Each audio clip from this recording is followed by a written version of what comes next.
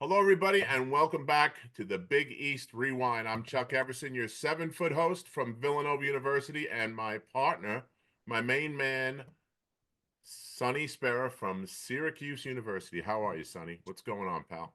Chuck, I'm great. Feels like we've been away for a while. I'm pretty excited about our today's guest too. Yeah, we have been away for a while. You've been on a beach somewhere. You look refreshed. You look tan, well groomed. You're ready to go, man. I haven't seen you look this good in Yeah, those months. black circles are gone, huh? All right, They're that's gone. amazing, They're amazing gone. how that goes, man. Well, you know what? I'm gonna have to follow suit and get to a beach very soon, Sonny, so I can get rid of all this. So so we'll see how that goes for me. Um, so today, as you said, we have another a former coach in the Big East, also in the media. So we killed two birds with one stone today, son. Yep. Uh, and this guy's fantastic. Every time I see him, we have a good time, and he's always great to talk to. So without any further ado, Sonny. Yep. He's the former head coach of the Manhattan Jaspers, the St. John's Red Storm, and New Mexico. He's now with ESPN for 22 years. I can't believe he's there 22 Wow. years. Crazy. 22 Wow. years, Sonny. Yeah. That's like Boeheim From for 46 years coaching. Like and that's he a hails wow. from James Madison High School, Sonny, in Brooklyn, New York. Fran Fraschilla, Coach Fraschilla. How are you, Fran? I'm phenomenal. You got a 7-foot host, a 6'5" host, and a 5'8" guest Six today. five point guard, man. Yeah, Come on. 6'5" point guard. And so I think we Right. balance it out. The average height of the podcast today is about 6'5". That's pretty good. That's better than average. It's better than average. So how you been? I haven't seen you in a minute. Last time I saw you, I think was at the Hoops on the Hudson thing that we had in for Villanova Villanova, at yep, the in the city. Happy downtown to do Manhattan. it. Yeah. A lot of people don't realize you do, Chuck. My son, Matt, was 5 years a part of Coach Wright's staff. He got his MBA at Villanova. Right. 3 years as the video coordinator. He's now back at Harvard, where he played as a young up and coming coach. He's really good, Well, but that's great. I kind of fell into the Villanova. Jay. Interestingly, this all comes full circle because we all go back to the same era. But Jay Wright and I have known each other since about 1984. Young coaches. I was at Ohio U at the time. Oh We wow. we were always recruiting Philadelphia. The great Billy Yeah. Hahn was my mentor, who's since passed. But Jay was a young coach at Rochester, I think. Yeah, RIT, U of R. U That of was his R, first yeah, college name. right Yeah. in your Yep. neck of the woods, Sonny. And I was a young coach. We've been friends ever since. We came up together. We were assistants in the Big East. We were young head coaches in New York at the same time. And I was lucky enough that Matt, without anything having to do with me, I mean that sincerely, he did it all on his own. My son Matt was able to spend 5 years with Coach Wright. Great program, great university. Got his Yeah. MBA there. And so I kind of have a fondness for Villanova. I actually just worked out in a Villanova shirt, but I had a shower. But a lot of good memories of Matt's time with Coach Wright, and that was like getting your PhD in basketball. Well, that's a good Yeah. mentor right there. Yeah, with the way Jay is, and Jay's so here's one thing I've learned from him since the Yeah. changing of the guard. Yep. Forget the X's and O's, forget the wins and losses. Jay had his hands and his fingerprints on every single inch of that program, Yeah. from from what uniform they were wearing to what they ate to everything. And that has to be the hardest thing for Kyle to try to fill is that kind of thing where he knew names, he knew the history, he knew the guys that played. And I think his favorite team was the 70s, which is Yes. why they put the throwback for the 71 team. That was his Yes. Tom Ingles being Chris Ford were his favorite players. You Hank know, Simientowski. yeah, Hank that's right. Simientowski. Hank Howard Simientowski, Porter. that's right. Yep. Yeah. Yeah. I I just I remember just read that book on a beach somewhere. I just read Jay's book, and you're not kidding. I think the difference though, right? If you think about the time, he had time with those players, so he knew them, their family tree, the family tree that's related somehow. Yeah. Like he knew all about every player. And then today's landscape, it's almost hard. impossible to do today. It's interesting, Sonny. I'll give you a little perspective, in my opinion now. And I just talked to Jay a couple days ago. I don't think he'd mind me saying this. He was a he was a good young coach, okay? He goes to Hofstra, Speedy Claxton. Like I always say, there'd be no Jay Wright if it weren't for Speedy Claxton choosing Yeah. Hofstra. When I got the St. John's job, I actually tried to recruit Speedy and change his mind. And because we needed a point guard back then, Felipe Lopez, Enton Hamilton. Yeah, Felipe. And I remember talking to the Christ the King coach, Bobby Oliva, a great man. And Oh yeah, yeah. Mhm. yeah, and I said to Bobby, can I get involved with Speedy? I know he's committed to Hofstra.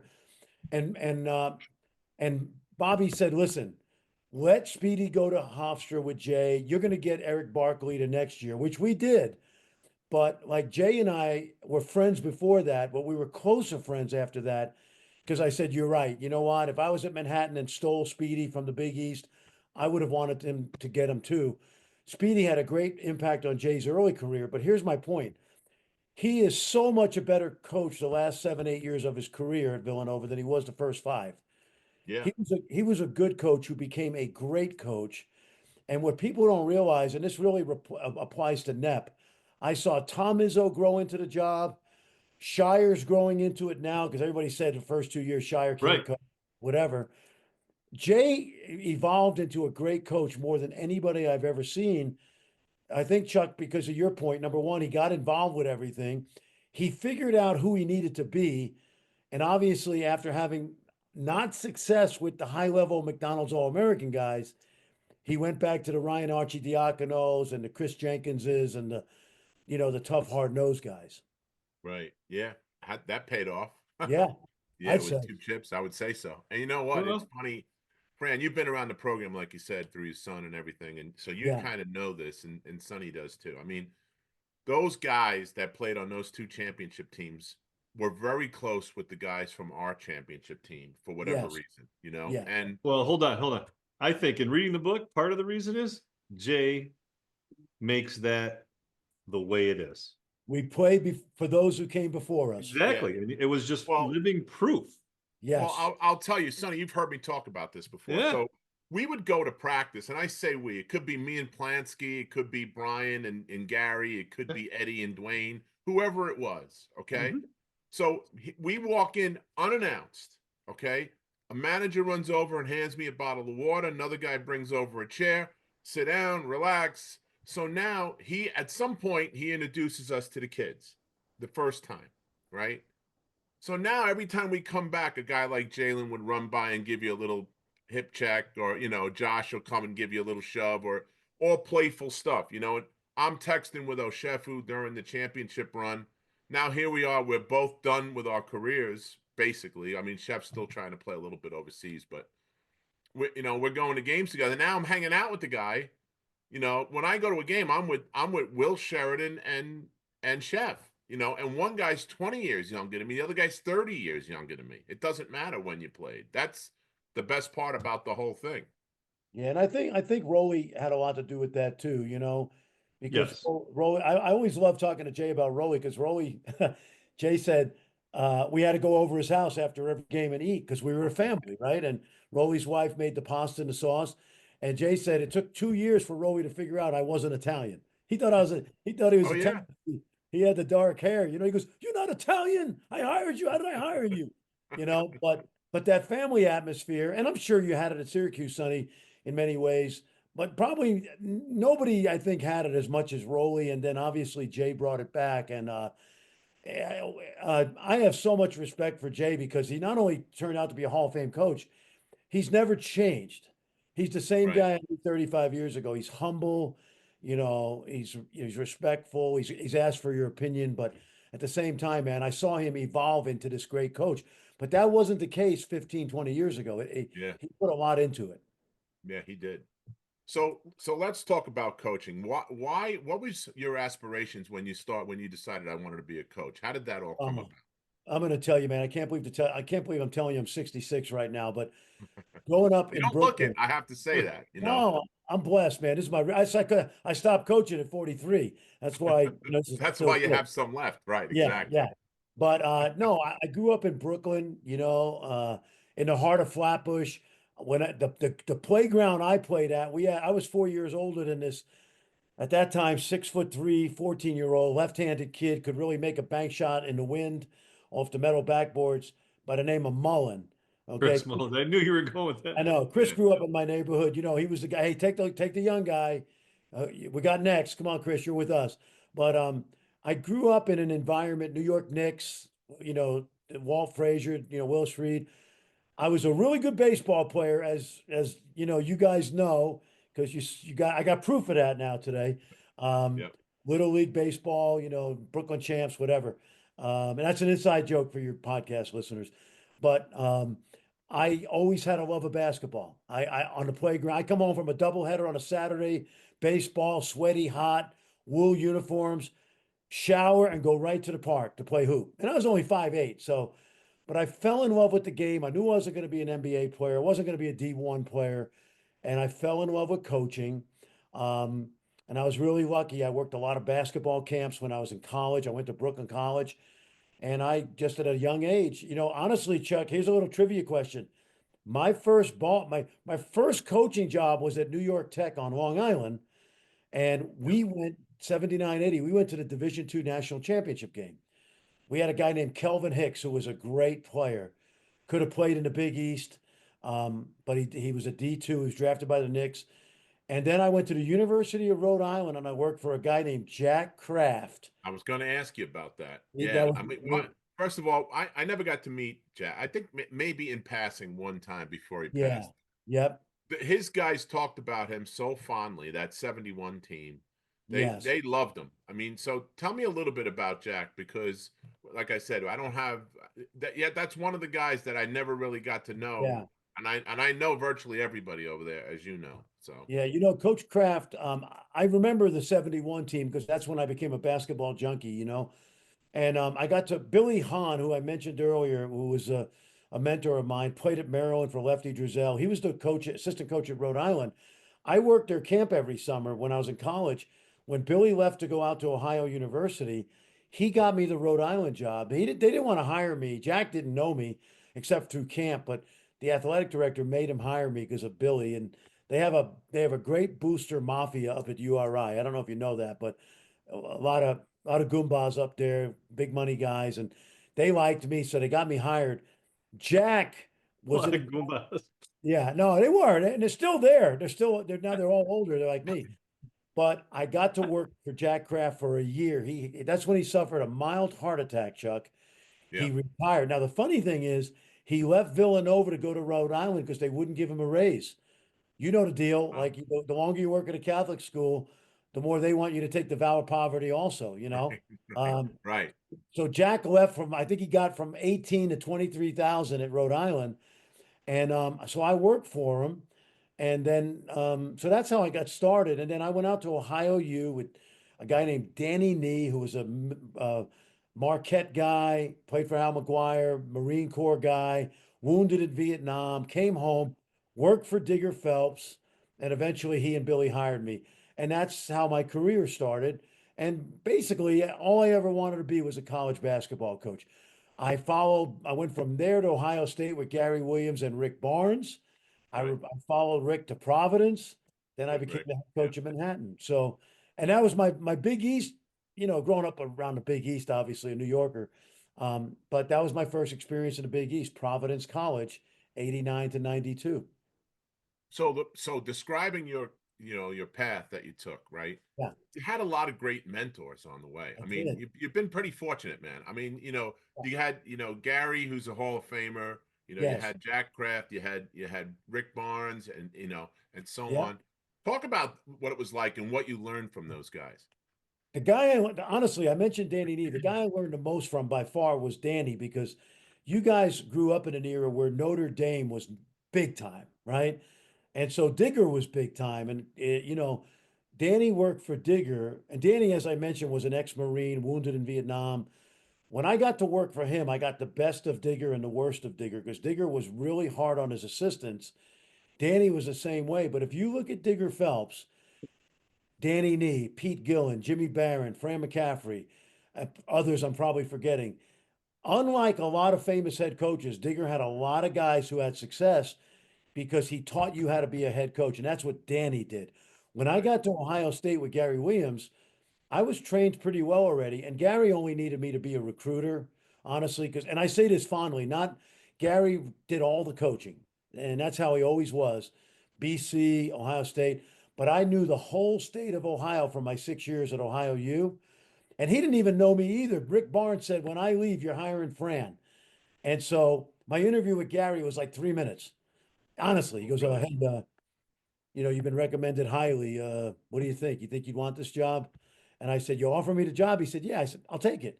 So I'm a Buckeye. Let me ask you a question, Fran, while you're Yes. talking. Yeah. So I got to jump in. Sonny knows where I'm going with this because Yeah. we're on the same page. Did he ask you if you knew the flex offense? Because that was mandatory if you were going to coach with him, right? I learned it. I learned it. I I learned bet it. you did. Yeah. And I used it when I became a head coach in different ways, right? Not the exact Yeah. same way. But what Danny and Gary and then Rick later taught me, all three of those guys coached with incredible toughness. You guys played against those BC teams. Yeah. Okay. I coached Roger McCready when he was 13 years old.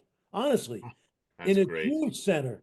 I coached Roger when he was 13 in a Jewish center in Brooklyn, and he was the smallest center in the Big East. Yeah. So, what all those guys had and all those coaches had that they taught me was toughness. Rick had it; he still has it at Tennessee. And so, honestly, those three guys taught me toughness. They really did. And Gary had those great BC teams that overachieved, as you guys know, because you witnessed it. They were close to getting there with us too. Real close, you know. 85, Yeah. yeah. I think Losing to Memphis. Andre Turner made a shot from half That's right. court, right? Yeah, That was yeah. a tough one.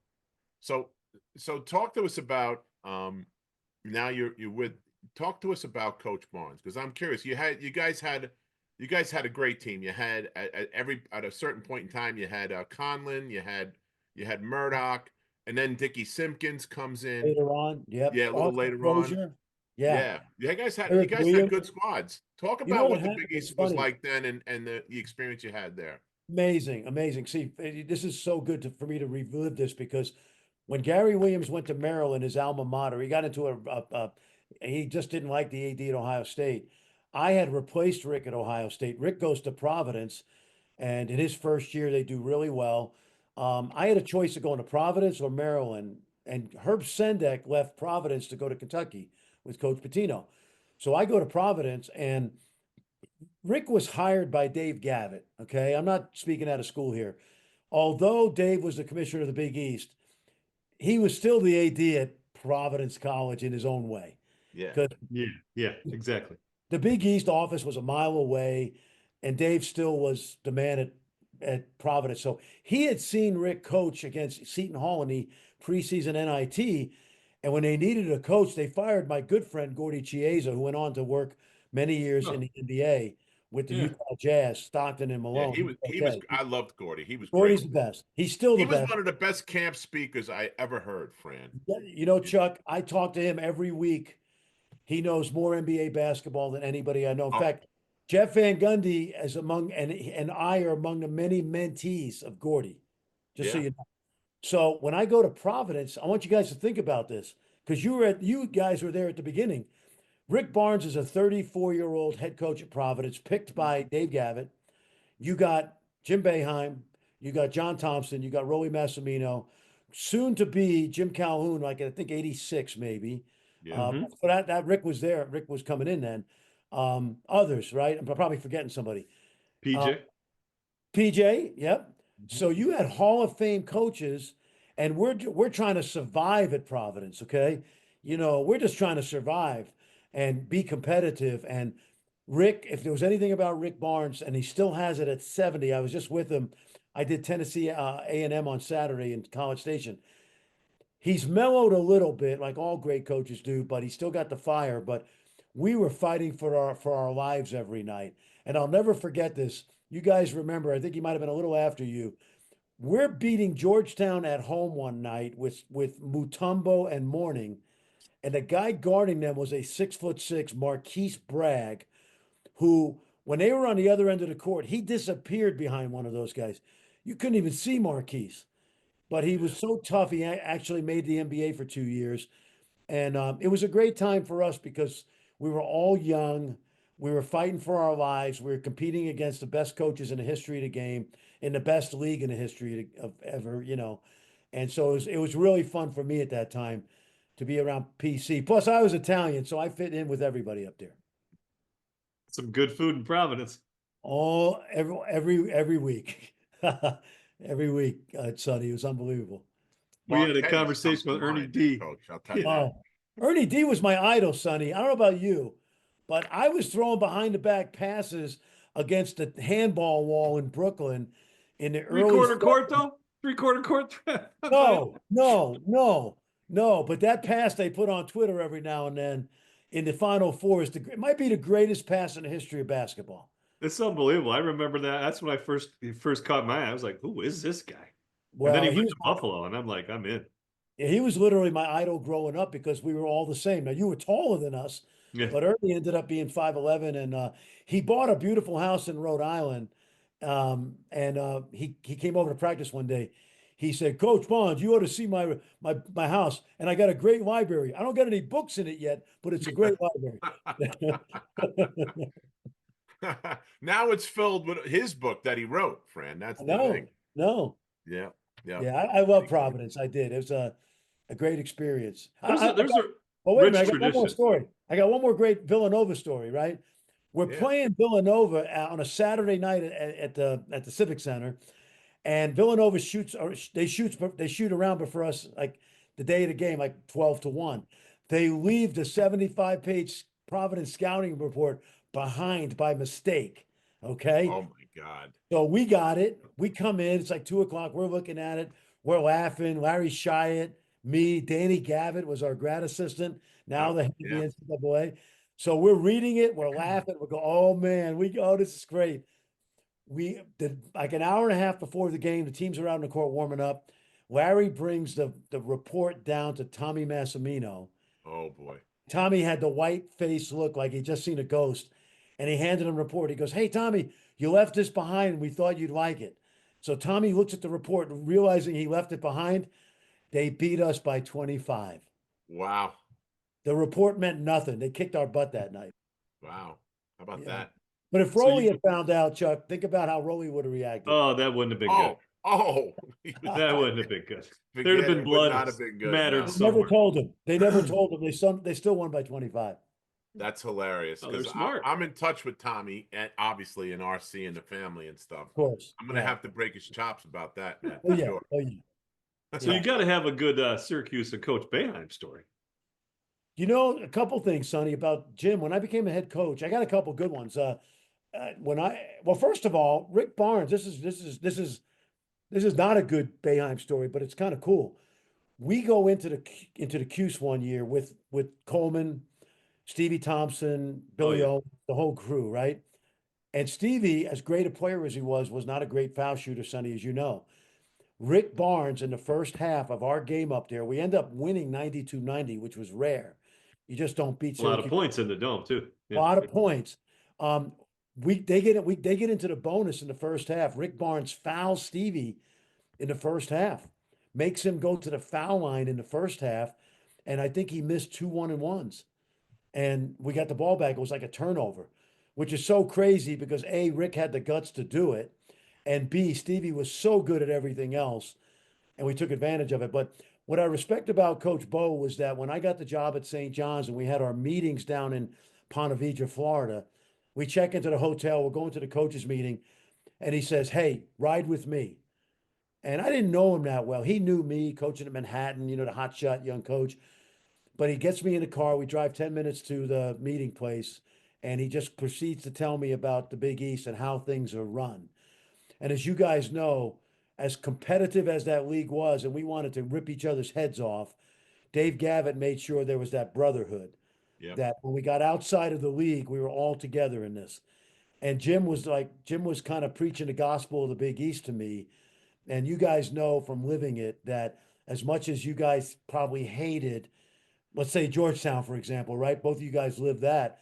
And when I got to know Coach Thompson, by the way, I coached against him at the end of his career. People don't realize, A, he was a Providence guy playing for Dave. Right. I think Joe Mulaney, as a matter of fact, Dave was the assistant. And number two, the way you got back at John is you never backed down. You went after John. Hey, F you, John. Can I curse on this thing? I don't know. Absolutely. But you could say, "Hey, fuck you, John," not taking any of your shit. And that's how you treated the bully on the block. I did the same thing with Calhoun when I got to St. John's, because they were the best team in the league. And when you're Yeah. trying to climb the ladder, you got to go after the bully on the block. So Jim kind of preached the gospel of the Big East to me, which I appreciated. And then I was fortunate my second year at St. John's when we turned the program around. That's a whole nother story. They fired me after having the best year they had in like 10 years because I Yeah. interviewed at Arizona State, but you can get into that. But we lose the first three games of the Big East season my second year, and we win 12 out of 13. And like when I saw 0-3, and then the last two games at Syracuse and UConn, I was like, oh my God, we're going to win 5 games in the league. We won 12 out of 13 with Felipe Zenden and this young freshman, Ron Artest. And we went to the Dome. It was a blizzard. We got to the Dome late. They held the game up for ESPN, and we went in there and won. It was a hard fought game, but I can say as a head coach, I won at the Dome. So that was cool. Yeah, I can't say that as a player or anything.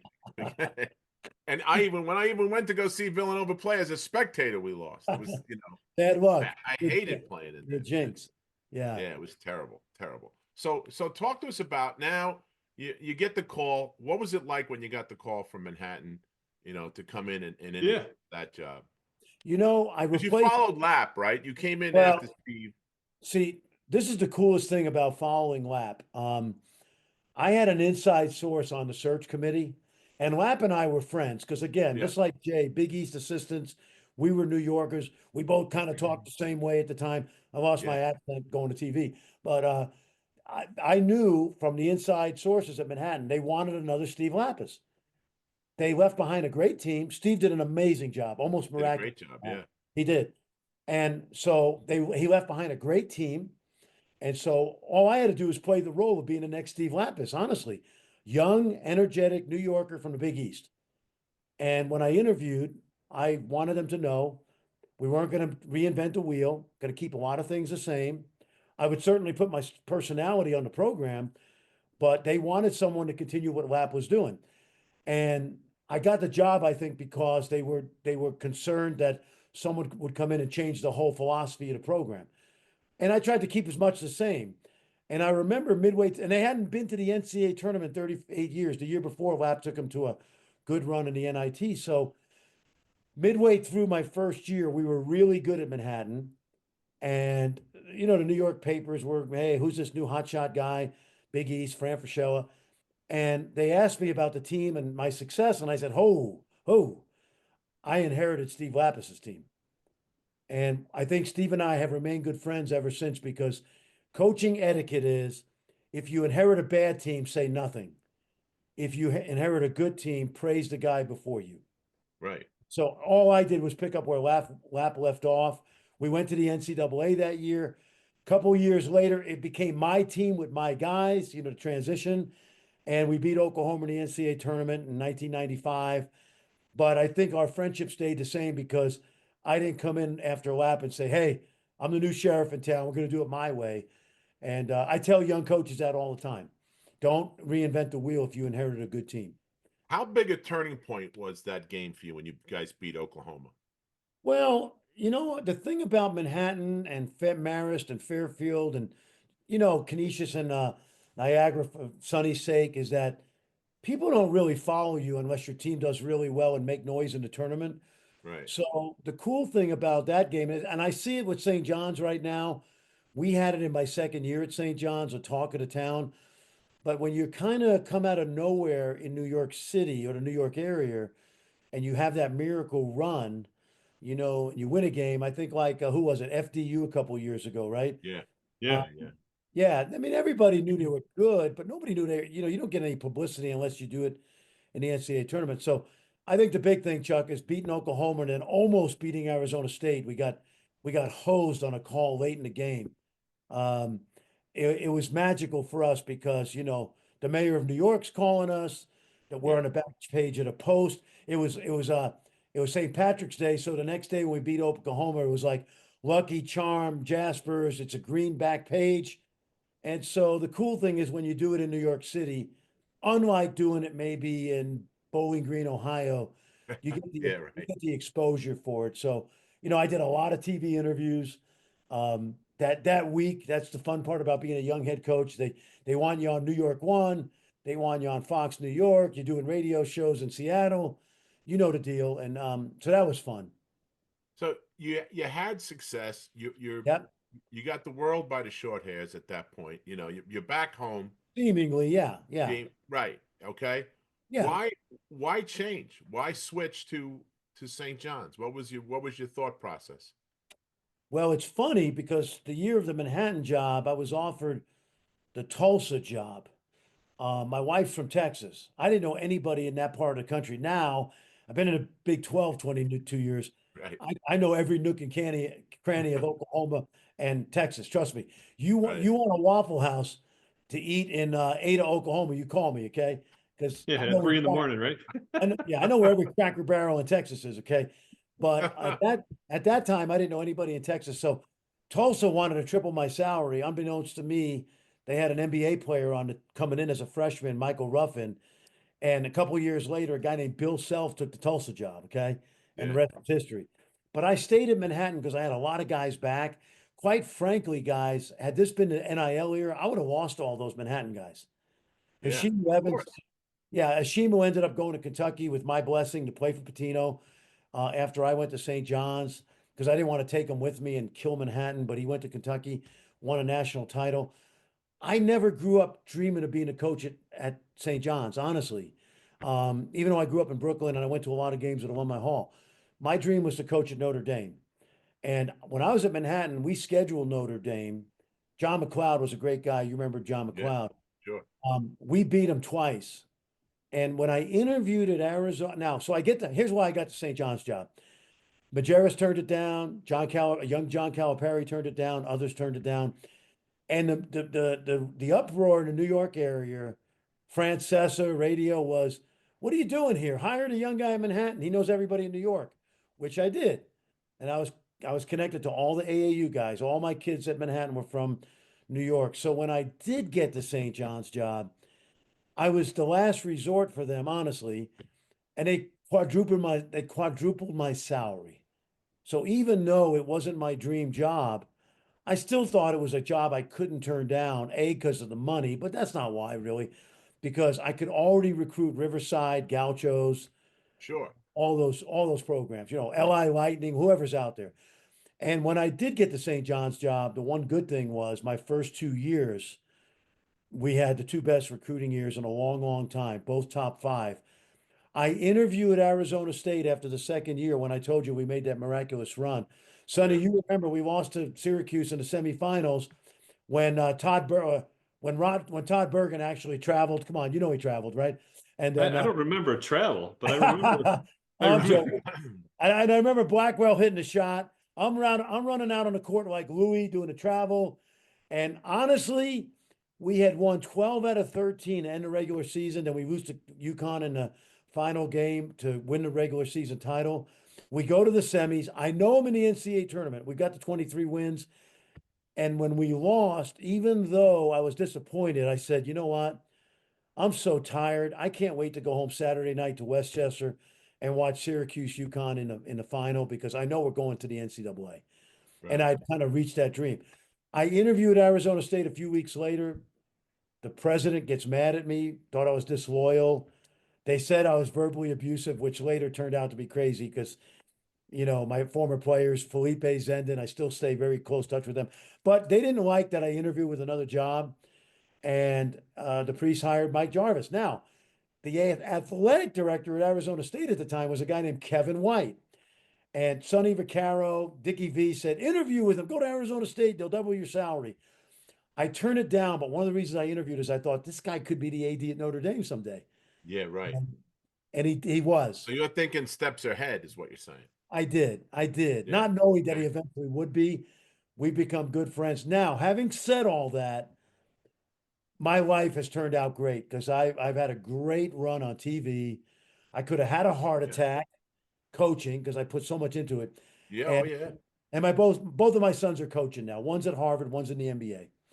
My Yeah, look life's at the ball. yeah. And I So left let a me. great, by the way, I left a great team behind. That team went to Yeah, the you Elite did. next They year. were good.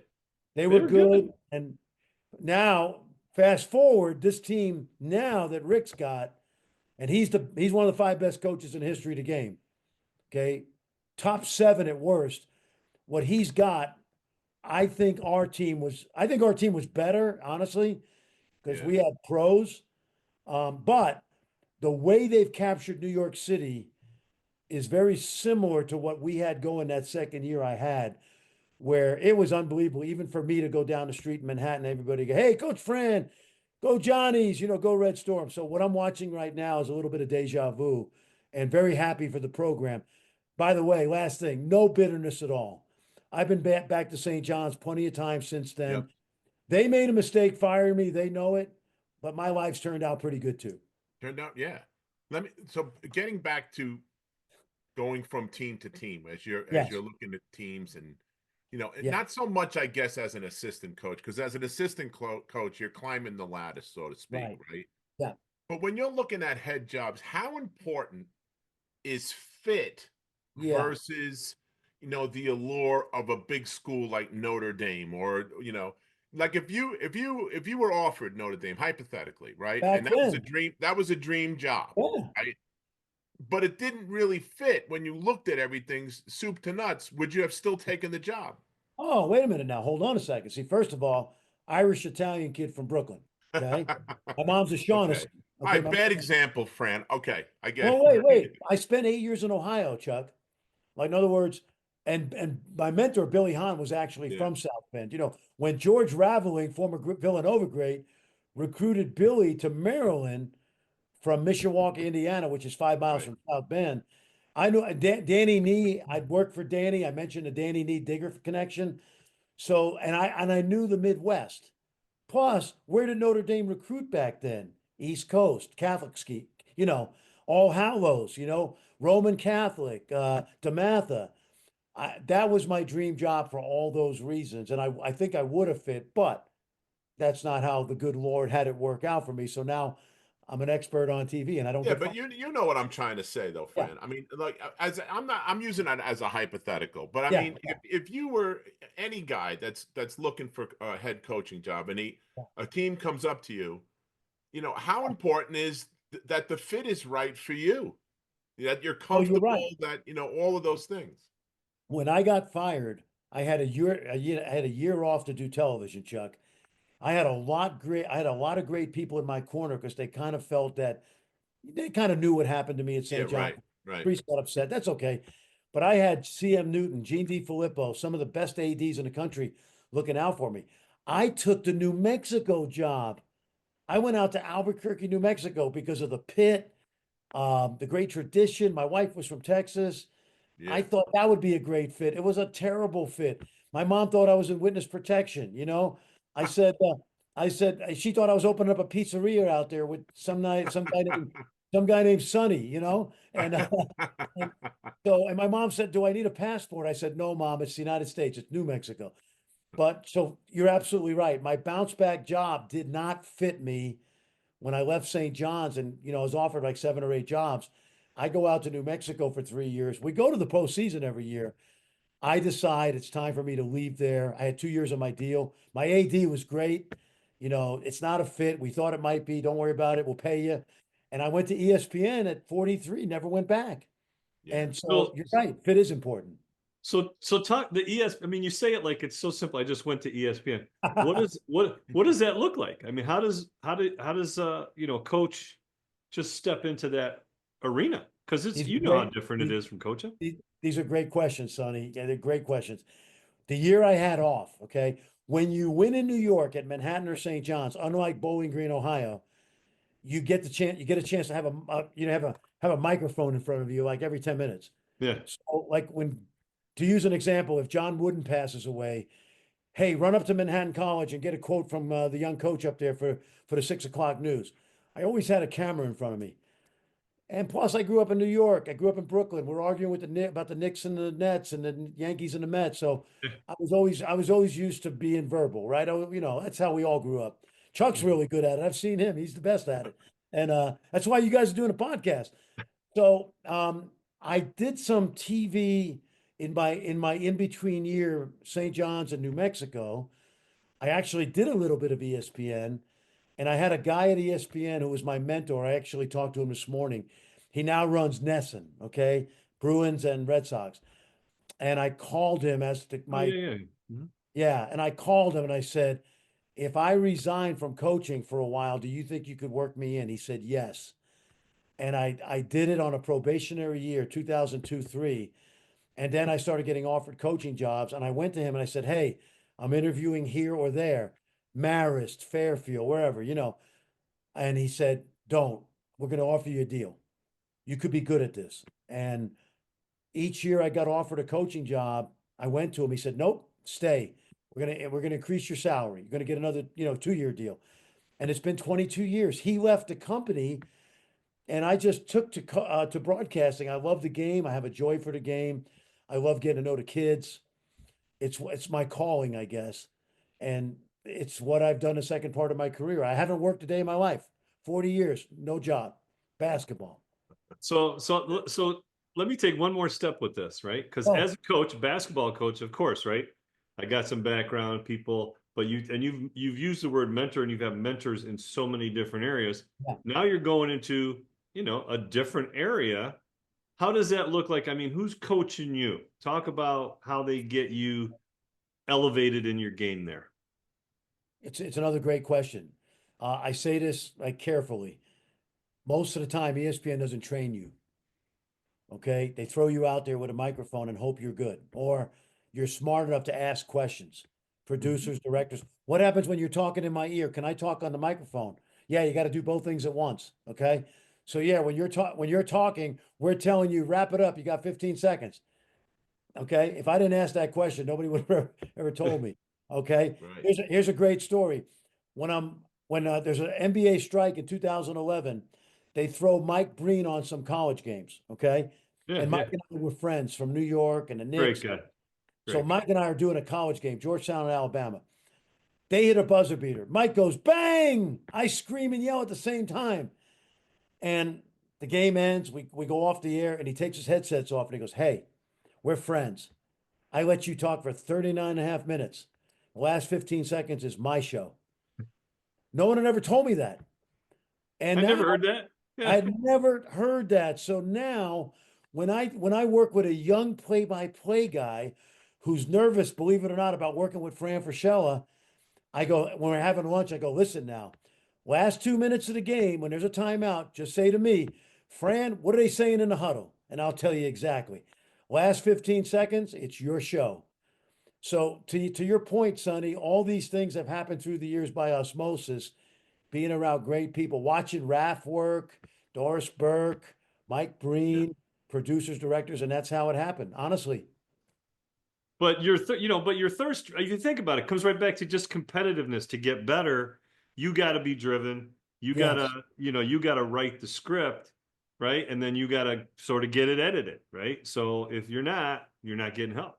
you will never ever. I promise you this. They just gave me another 3-year deal. Okay, I'm blessed. I'm really lucky. They'll never fire me at ESPN for being an asshole, and they'll never fire me for being unprepared. And when I prepare, people go, how do you prepare? Well, I've been preparing since I was 13. Because the only thing I've ever done in my whole life, other than I majored in American history, I like history and politics, but I'm a basketball guy. I'm a junkie. So I just got done getting ready for Iowa State and Arizona on Saturday night. I'm going to leave in a little while to go up to Ames. I'm going to watch practice tomorrow morning at 7 a.m. I know all the players already. They know me. Um, I get to know these guys through the years, and I get to do what I love. I have the joy of the game. I explain the game simply, but I want you to know something about these players and coaches that you might not have heard this season about this kid and his background. I'll give you a great example, right?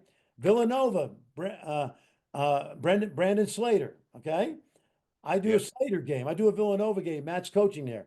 I played against Brandon Slater's dad in Brooklyn. He played with Vinnie Johnson in high school.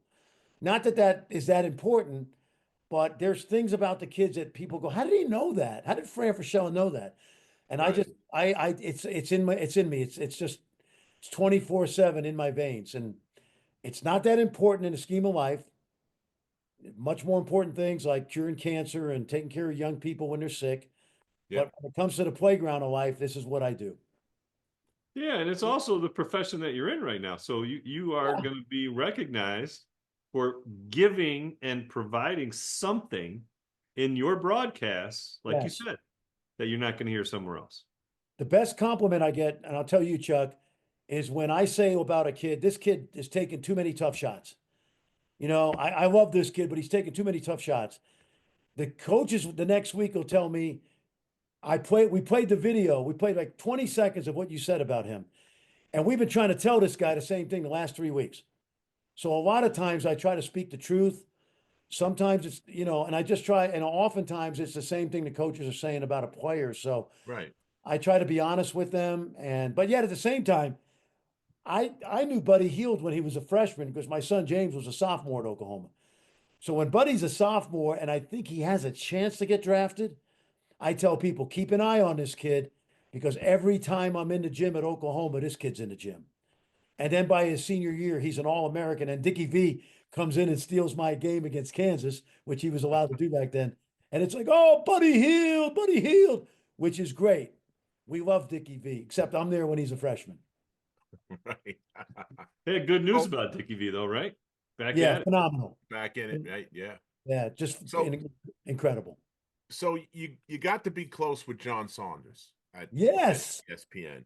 Now Oh, man. our buddy, our pal, Got his book. a friend of the show, Timmy Brando, Timmy B. All right, Yeah. That's how tight we are. We call him Timmy. Timmy B. B, I do All too. right, Timmy his B. birthday is today, by the way. Happy birthday, Timmy I'll Yes, B. text happy him. birthday. He's a big. Him and John were tight, and they were really Yes, they close. And he were. spoke very fondly of John. Yeah. Tell us Yeah. about your relationship with John Um, Saunders because he was one of the best, man, on ESPN back in the my day. my first boss, Dan Steer, who hired me, who's now at Nesson. This is about 2008. He calls me on a very cold, rainy October night. I'm in Dallas. Okay, it's dark. The daylight savings time. It's basketball weather, really, for me. And he calls me. He goes, "Hey, I got bad news. You're off the Big 12. Bob Knight's going to be the Big 12 analyst.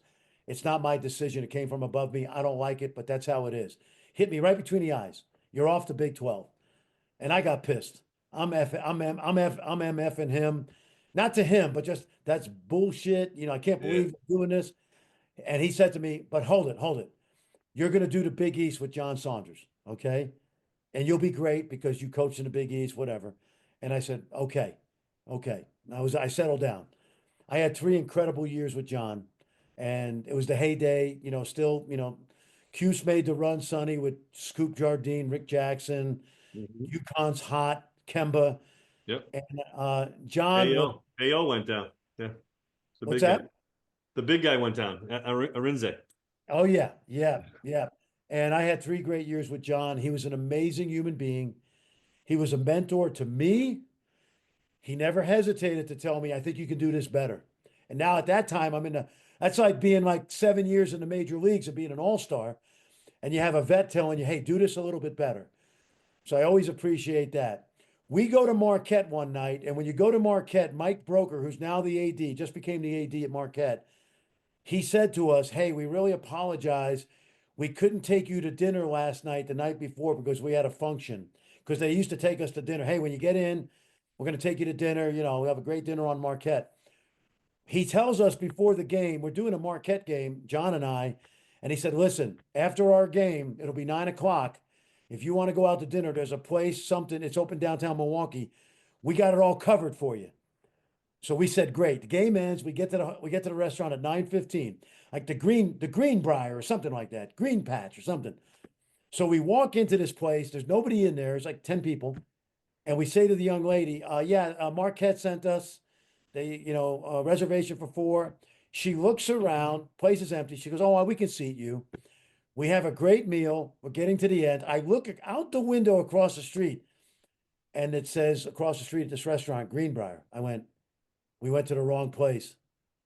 They're not picking up our tab. We went to a different restaurant.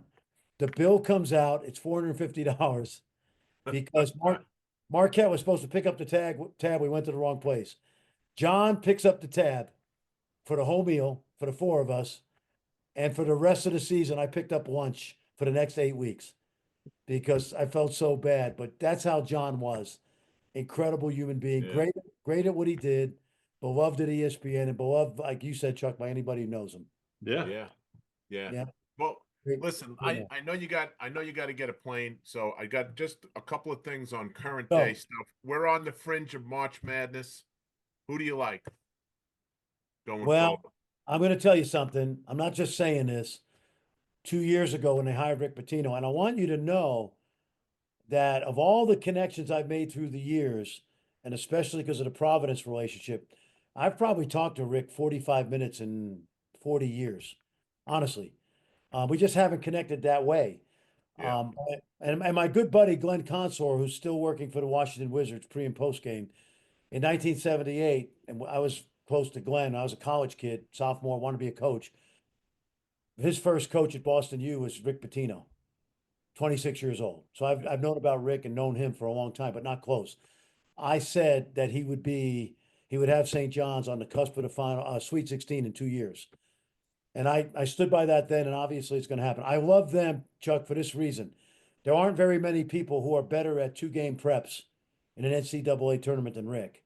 You look at his track record: Kentucky, Providence, Louisville, even Iona, and Yeah. I like them. I really like them. I love Houston. I'm telling you, Houston, the culture, you guys you'd just be amazed. It's an old school culture. Nobody's transferring. Everybody waits their turn. They never have a bad practice. So I love them. Houston got beat by Auburn on a buzzer beater last minute in November. I love Auburn. I think they're the best team in the country. Yeah. I love Duke. Now you're going to say, wait a minute, young guys. John Shire is ahead of where Bill Self, Jay Wright, and Tom Izzo, all close friends of mine, were in year 3 of their head coaching careers. He's got great talent, but he's got an it factor. Anybody out of the SEC has a chance in the top 3 or 4 to go far. I don't think the Big East is going to go very far outside of St. John's, Yeah. maybe Creighton, maybe Marquette. I don't see it right now. And obviously, I hope Villanova can make a late run, do some damage in the Big East tournament, and steal a bid. And I'll tell you why they can steal a bid this year. There's no Pac-12, so there's 5 bids that go by the wayside, and I Right. think you're going to see more soft bubble teams than ever in the tournament. What So- about Go Izzo? ahead, son. Don't you? And then a dark horse. Anytime he's coaching any team, they got a shot. Well, I think, Sonny, to the point I made about Patino, nobody's better at a 2 game tournament week by week. You get the Right. bracket, and you say, okay, we're a 2 seed. We got to beat Binghamton in the first round. That's an upstate reference for you, Sonny. And This then we backyard. They play tonight. Yeah. yeah, okay. And then if we beat Binghamton, then we got to beat Tennessee on a second game, right? The round of 32. And Izzo, Patino are 2 of the best at compartmentalizing a tournament. And I'm sure Chuck Rowley was like this in the old days, Oh. right? Yeah. Who we got to beat. We're not worried about the Sweet 16 or Final Four. We just got to survive in advance, as the great Jimmy V would say. So, yes, I love Michigan State for the same reason I love St. John's. No real pro on the team, maybe, but no real surefire top 15 pick, but a whole bunch of tough, hard-nosed guys. And for that reason, I think, yes, you have to put Coach Izzo in there. That's a definition of Izzo, man. Tough, hard You nosed know guy. what I like about St. John's coaches? Yes. Sonny and I go back and forth. The tenacity and Yes. they never give up on defense. They are in your grill the entire time. They never give up on and the they ball. play and listen, and their physical is all get out, man. I mean, they really You get watch, after it. you watch their rotations in half court defense. Forget the full court, just their half court Half rotations court. on Oh defense. my God. It's incredible. You look like there's 6 guys on any given possession. Sonny, I say that every night about Houston, and they're the exact same way. Their rotations, they trap the ball. Flawless. It looks like there's 2 guys on the ball and still 5 guys behind. Right. Like, where's the open guy? I don't know. Totally. And that's exactly how St. John's is. That's exactly how Houston is. Iowa State's had some injuries. Don't give up on them. They've had a couple bad losses, Yeah. but they've had like 3 key starters out for part of the time. They're the same way. Michigan State's the same way. Couldn't agree with you more about the defense. And here's the other thing, honestly, underrated. They've got so much NIL money at St. John's because of Mike Rapoli, that they're basically semi-pros, and that's not a knock. It's the new world order. You Yeah, it's better how the play a game's part played. of Yeah, we're going to get rid of your ass, and you're going to end up playing at George Washington next year. Right. So as long as we're Right. paying you, and you got no choice. But that also is Rick anyway. Even if Rick wasn't paying him, they'd still play hard. Yeah, I agree. I mean, the only shortcoming is I think it's the 3-point shot for those guys, Right. really. You Right. know, And the Okay. free if you can throws. get somebody to get hot, the big kid, I can't think of his name. The big white kid is 44. He was knocking down shots. He got injured earlier Yeah, this year. Brady Dunlap. Brady Dunlap. Yeah. He killed us at the Finn. I know Got that. to I make watched free that. throws though too. That's a big Yeah, deal in the free tournament. throws That's and threes. that's always a factor. No, that's definitely a small Achilles heel that they have to overcome by doing it with all the grit and the toughness. No doubt. Yeah, which Yeah, they and, can. and There's no and doubt anybody about can it. get on a run, friend. I mean, that's Oh yeah. you got to get lucky. That's part of it. You got to get bounces. That's all part of it, But Yeah. and that's what makes it fun, March Madness. That's what it's all Well, and about, really. you guys lived it. You guys lived it, and I mean, you're in your case, Chuck. I mean, you lived it to the degree, Yeah, and that's what we love about March Madness, and that's why I hope they don't ruin it. Now, I'm not. By the way, I'm in favor of 72 or 76 at the most. I'm okay with that. Get it done in Sure. the early part of that weekend, but don't ruin the beauty of the upset and then the deep run by the middle of the power conference team, like I did the Kemba year. Now, you guys probably remember, like UConn was scuffling until February. And I did like almost every UConn game in February that year. And that was the magical run with Kemba and then the run through the Big East. And so, Yeah, you they know, won what I 5 games always, in a row, right? In the Big yeah. East. They ran the Big East and then ran the six. It was 11-game winning streak. exactly. And I always think that there's a third or fourth best team from a power league who's kind of the sleeper, even though they're like a 6 seed. That's the team that you that's like your team Yeah, in 85. But those are the teams that if you're going to do a bracket, and I'm sure you got some, I know you don't have any gamblers that listen to this podcast. That would be No, wrong. not at all. Yeah, but there's always that 6 seed, fifth best team in the SEC that you got to worry about, like a Texas A&M. yeah. Okay, They're very gritty. similar grit and toughness to Houston and St. John's. I love Buzz, man. Ooh, Well, it's Buzz going is to be great. fun. It's going to be he's fun. great. And respectful of your time. Thank you so much for hanging with us, Coach. We Hey, really travel safe. appreciate you. Thanks Hey, a it's a million. pleasure, Hey, listen, man. have a great rest of your season, and we'll see you down the road, I'm sure. No, Chuck, I said what I meant when we had our Villanova night in October. I mean this sincerely. You're Mr. Villanova because you put your 100+ games in, but you've never forgotten, the university, the campus, your teammates. And when people say Mr. Villanova, I know for a fact that that's true in more ways than one.